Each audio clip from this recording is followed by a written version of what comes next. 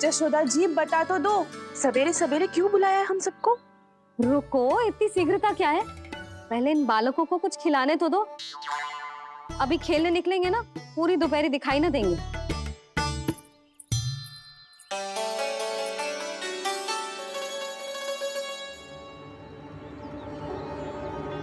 मैया देखो ना, कैसे अपने आभूषणों का दिखावा कर रही है जी सुलोचना।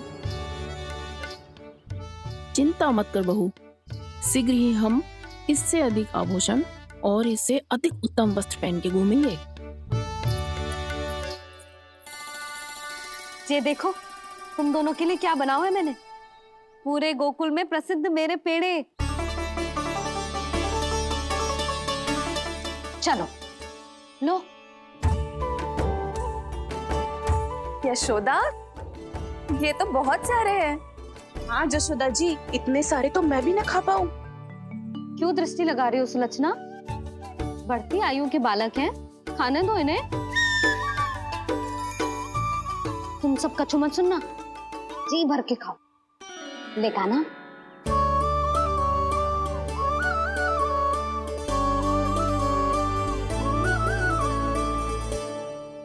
हे नारायण, मैंने अपने कान्हा को जो सिखाओ है, बस वे उसे स्मरण रखें और उसका पालन करें। ले और ले। ले ले।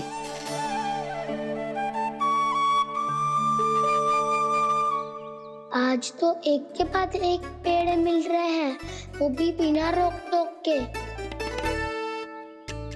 मैया दो के बाद तीसरी मिठाई बड़ी कठिनाई से खाने देती है, पर आज सादा लाड पेड़ों के माध्यम से जिता रही है। कछु तो रहस्य है। प्रभु, क्या आप भी वही सोच रहे हैं जो मैं सोच रही हूँ? कोई परीक्षा तो नहीं ले रही है ये? किस सोच में पड़ गए तुम दोनों?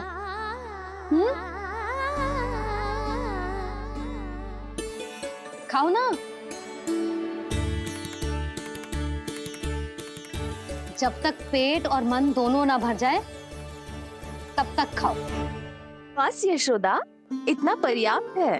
अरे ना जिज्जी, घर के शुद्ध मावा और गुड़ के बने, कितना भी खा ले कोई हानि ना होगी। लो और लो।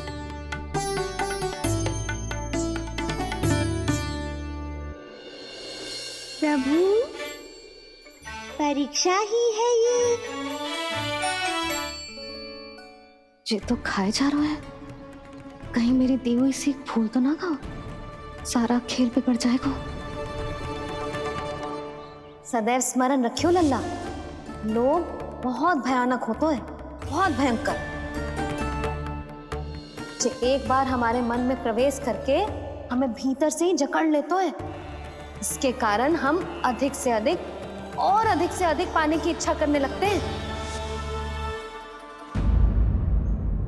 क्या हुआ कान्हा, रुक क्यों गए?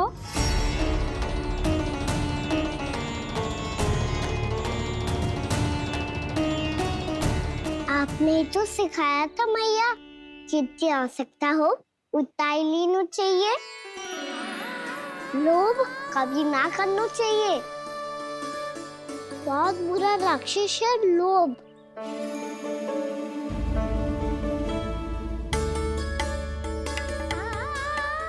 बुरा और खाने में कोई बुराई ना है कान्हा, ले ले। ना मैया, लो मैं अधिक खाऊंगा तो फिर पेट पकड़ के बैठना पड़ेगा।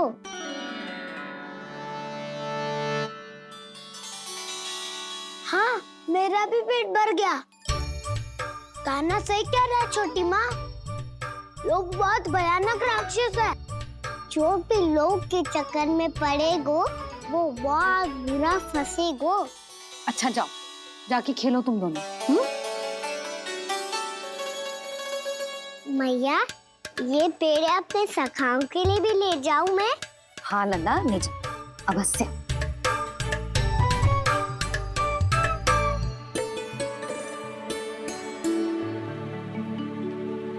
देखो, जो बात इन नन्हे से बालकों को भी समझ में आ रही है, वो तुम सबकी समझ क्यों ना आ रही?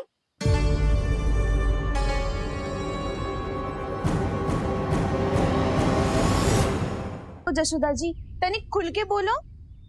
जब बसंता खाने के बाद भी हलवा खाने का हट करतो है तो उसे मना क्यों करती है? इसीलिए ना, ताकि स्वाद के लोभ में उसका स्वास्थ्य ना बिगड़ जाए। और उज्जवल, जब भरी दोपहरी में बाहर खेलने का हट करतो है तो तू उसे मना क्यों करती है? इसीलिए ना कि खेल के लोभ में उसे लू ना लग जाए। हाँ, और पुराण पढ़ना तो अच्छी बात है ना। तो श्री रामा जब रात में दीप के प्रकाश में पुराण की कथाएं पढ़ना चाहते है तो क्यों मना करती है उसे? बता। ताकि कथाओं के लोभ में उसकी दृष्टि खराब ना हो जाए जीजी। तो इसका अर्थ तो यही है ना कि लोभ चाहे पेड़ों का हो, चाहे पुराण की कथाओं का हो, या फिर अधिक धन अर्जित करने का हो, लोभ सदैव हानिकारक ही होता है। जे बात तुम ही सब ना समझोगी तो अपने बालकों को कैसे समझाओगी? बोलो। हम सबकी मैया यहाँ क्यों आई है? डांट पड़ी क्या? चौरी विद्या प्रसारण टोली के बारे में सबको पता चल गो क्या? चिंता के चने चबाना छोड़ो और ये पेड़े खाओ। भीतर और भी गंभीर समस्या पे चर्चा चल रही है। कैसी समस्या? लोग की भयानक राक्षस की समस्या। व्यापारी जी, नंद जी ने कल सभा बुलाई थी और आज रानी यशोदा जी ने सारी स्त्रियों को अपने घर पे बुलाया है। तो आपको नहीं लगता कि हमें कुछ करना चाहिए? करना तो चाहिए गुप्तचर। सबसे पहले हमें हाट जाकर गोकुल वासियों की प्रतीक्षा करनी चाहिए। सूर्यास्त से पहले वो सारे मूर्ख वहां आने वाले हैं, मेरे सामने नारायण के नाम का प्रण लेने। उन्हें चाहे कोई भी कितना भी समझा ले बुझा ले, उससे कोई अंतर नहीं पड़ेगा गुप्तचर। हमारा वास्तविक धन क्या है? दूध, घी, दही, माखन, यही ना? हाँ, तो श्री नारायण की कृपा से तो हमारे पास इसकी कोई कमी ही ना है। तो हम सब तो पहले से ही धनवान हुए ना। तो फिर जे गोधन अपने परिवार और संतान में बांटने के बाद जो भी बचतो है वो तो हाट पे बिखी जातो है ना। तो फिर मथुरा के किसी अपरिचित व्यापारी के साथ माथा फोड़ने की क्या आवश्यकता है? जशोदा जी, हम आपकी और नंदराज की चिंता समझते, पर इसकी कोई आवश्यकता ना है। कुछ उल्टा सीधा नहीं करेंगे हम। विश्वास रखो जशोदा, हम जो कुछ करेंगे समझदारी से करेंगे। लोभ में आके कोई निर्णय नहीं लेंगे हम लोग, है ना? हाँ। अच्छा, अब चलती हूँ। बुलावे की सूचना पाके सब कार्य ऐसे ही छोड़कर आ गई थी।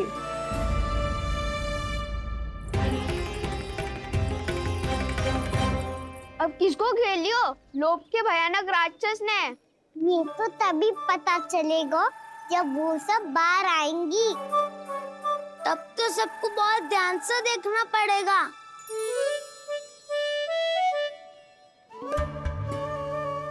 देखना तो पड़ेगा दाऊ, तभी तो पता चलेगा माखन चुराने किसके यहाँ जाना है। नाना,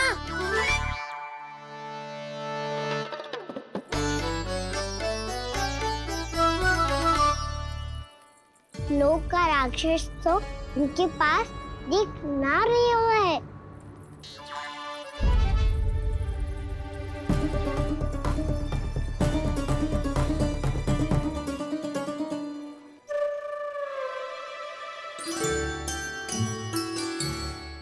नारायण का बहुत बहुत धन्यवाद। कान्हा, मेरे मैया को घेर रहे है क्या उस राक्षस ने? यशोदा भाभी और नंद भैया कितने चिंतित थे ना। पक्का कछु ना कछु कारण तो अवश्य होगा। हाँ, मुझे भी सच लग रहा है कि धनवान बनने के चक्कर में मैं तनिक ज्यादा ही लोभ में पड़ गई थी।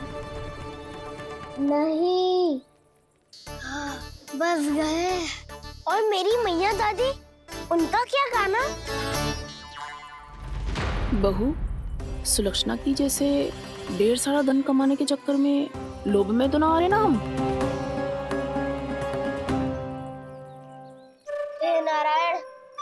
कृपा है आपकी। लगता है लोभ का राक्षस किसी को अपनी चपेट में नहीं ले पाया। लेता भी कैसे था? मेरी मैया ने जो समझायो है। क्या लगता है यशोदा, इन्हें समझ आया होगा? आशा तो यही है, और अब भी ना समझी तो फिर तो नारायण भी ना समझा सकते। सुनो, दोपहरी में हम सब मिलेंगे। दोपहरी में? तो क्या तू तब निश्चित करेगो कि आज किसके यहाँ जाना है माखन? आज कोई माखन चोरी नहीं होगी। क्षमा करना राव, भैया के का समझाने के बाद भी जिसके समझ में कछु ना आई हुई थी उसके घर चोरी तो करनी पड़ेगी आज।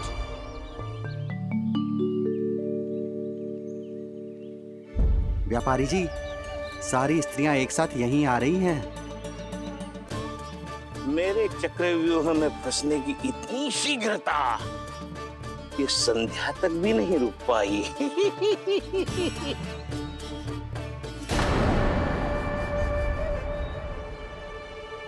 पर ये आपके तरफ ध्यान क्यों नहीं दे रही हैं? लगता है गोकुल की रानी ने इनको पाठ पढ़ा ही दिया। अब आपको ही कुछ करना होगा व्यापारी जी। करूंगा, अपनी चाल सबसे अंत में चलूंगा, किंतु अभी उनके लिए एक घोषणा ही पर्याप्त होगी। तुमने सबको सूचित तो कर दिया है ना कि सबको अग्रिम धनराशि मिलेगी, वो भी दूध, दही, माखन, घी बेचने के बाद नहीं, वो पहले ही मिला करेगी। वो भी केवल एक दिन की नहीं, पूरे सप्ताह की। मैं बिल्कुल सही कह रही थी। जशोदा जी और नंदराज व्यर्थ ही चिंता कर रहे थे। यदि इन व्यापारी जी के मन में कोई मैल होता तो जी अग्रिम धन राशि थोड़ी ना देते। बात तो तुम सही कह रही हो सुलक्षणा।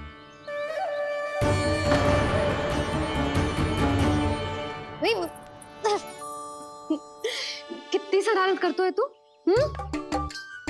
काजल लगाने दे मुझे। भैया पहले मुकुट लगाओ ना।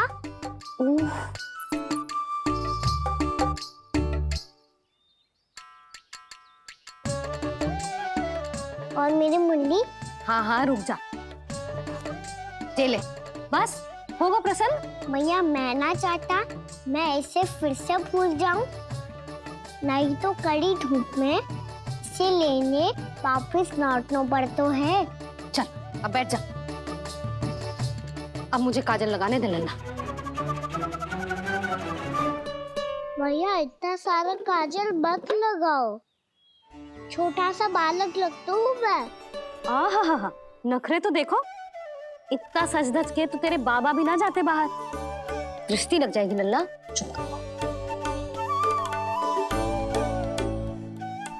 उनको तो आ सकता ही ना है भैया, वो तो गोकुल के राजा है। वैसे भी मुझे भी कम मत समझो, मैं भी राजा हूँ अपनी टोली का। कौन सी टोली? अपनी। ये क्या कर रहे हैं प्रभु? बता, कौन सी टोली? बालकों की टोली मैया, मारी खीर वाली टोली का।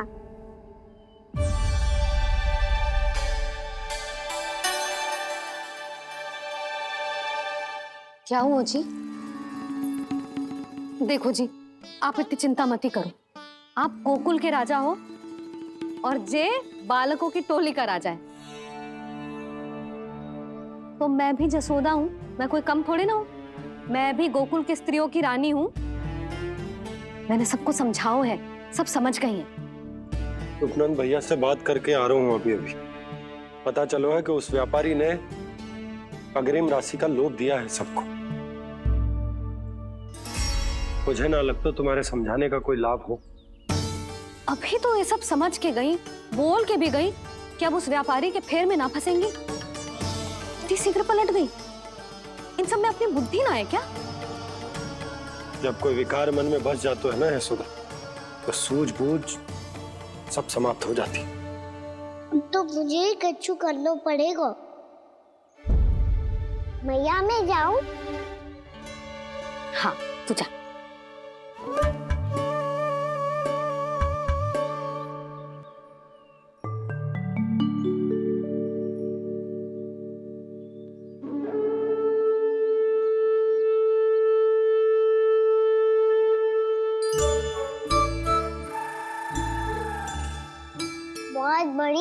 समस्या हो गई है सखाओ। कैसी समस्या? लोभ का भयानक राक्षस कहीं ना गए हो, वो अभी भी यही है। मुझे पता था, और इसका सबसे अधिक प्रभाव तो मेरी मैया और दादी पर ही हुआ है। तुम सच कह रहे हो उज्जवल? हाँ। अरे कछु ना बलदाऊ, जे बड़ बोला तो ऐसे ही बात करते रहेगा बढ़ा चढ़ा के। बढ़ा चढ़ा के नहीं बोल रहा हूँ मैं। आज से घर पे दूध दही माखन घी सिर्फ एक बार ही मिलेगा। पर क्यों? ताकि अधिक से अधिक दूध दही माखन घी बचाकर उस व्यापारी को 2 गुना मूल्य पे बेचा जाए। इतने से तो काम ना चलेगा। उस सुलक्षणा से, और मैं तो कहूँ सुलक्षणा से ही क्यों, पूरे गोकुल में सबसे अधिक धनवान बनना है तो और माखन जमा करना पड़ेगा। हाँ हाँ मैया, लाओ मैं इसे ऊपर रख देती हूँ। चोरी चुपके से खा तो ना जाएगी ना? तेरी घबराहट बता रही है कि घर से निकलने से पहले तूने थोड़ो माखन तो खाया है। सच्ची बोल। ना ना मैया, मैं क्यों माखन खाऊंगी? मैं भी तेरी मैया हूँ लाली, माप के रखो तो मैंने।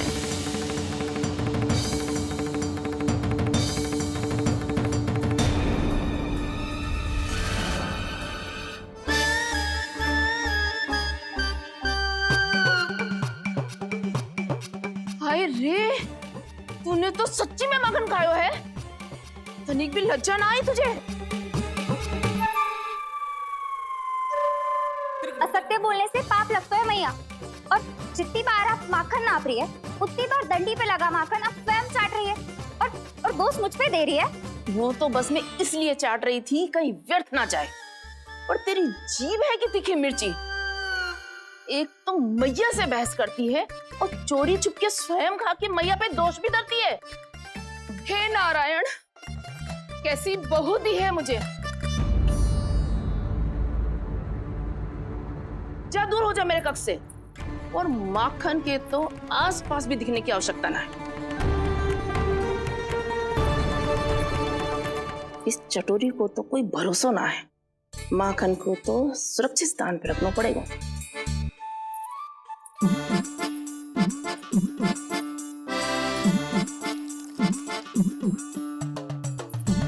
यदि बहू ने अब मटकी उतारने को प्रयास किया तो अचानक पानी गिर जाएगा और घबरा के वो चिल्लाएगी और मुझे पता पड़ जाएगा। मैया,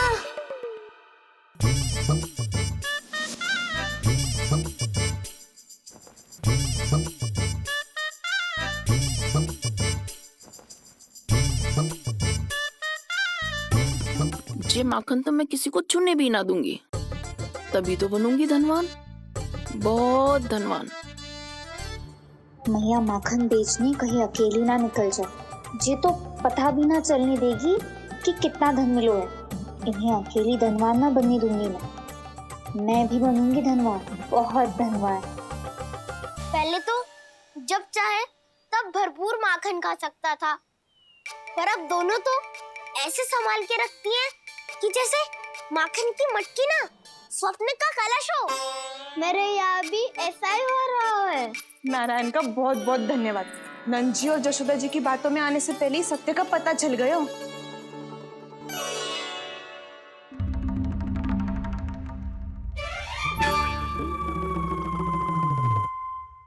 ये इतना सारा माखन? दृष्टि मत लगा। पेट पे पट्टी बांध के रात रात भर भूखा रह के बड़ी कठिनाई से माखन इकट्ठा किया है जे। तो क्या आपने निर्णय ले लियो है कि आप उस व्यापारी को वचन दे दोगी?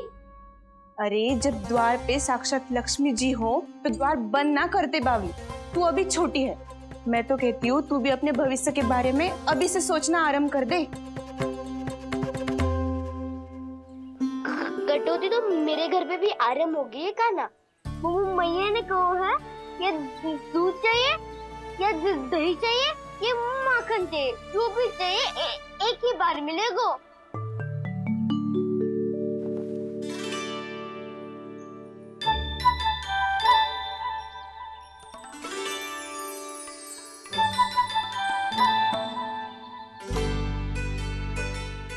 हमारी टोली को ही कुछ करना पड़ेगा।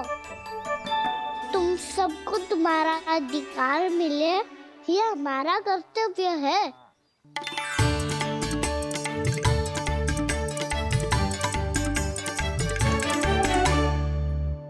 अब हम कछु ना कर सकते यशोदा। यदि अब मैंने उन्हें रोको तो उन्हें लगेगा कि मैं उनसे उनकी उन्नति का अधिकार छीन लूं। दूध दही माखन पे सबसे पहला अधिकार बछड़ों का होता है, फिर घर के बालकों का, और ये अधिकार हमें दिलाना चाहिए, है ना दाऊ? मैं सब समझता हूँ कान्हा, तुम मुझसे इसलिए पूछ रहे हो ताकि तुम माखन चोरी की योजना बना सको, पर मैं तुम्हारा समर्थन नहीं करूँगा। पर दाऊ, ना ना, पिछली बार तुमने ही कहा था ना कि हम ये चोरी केवल वानर महाराज की सहायता के लिए कर रहे हैं। लो, वानर महाराज भी आ गए हमारा साथ देने। आज कोई किसी का साथ नहीं देगा, आज कोई किसी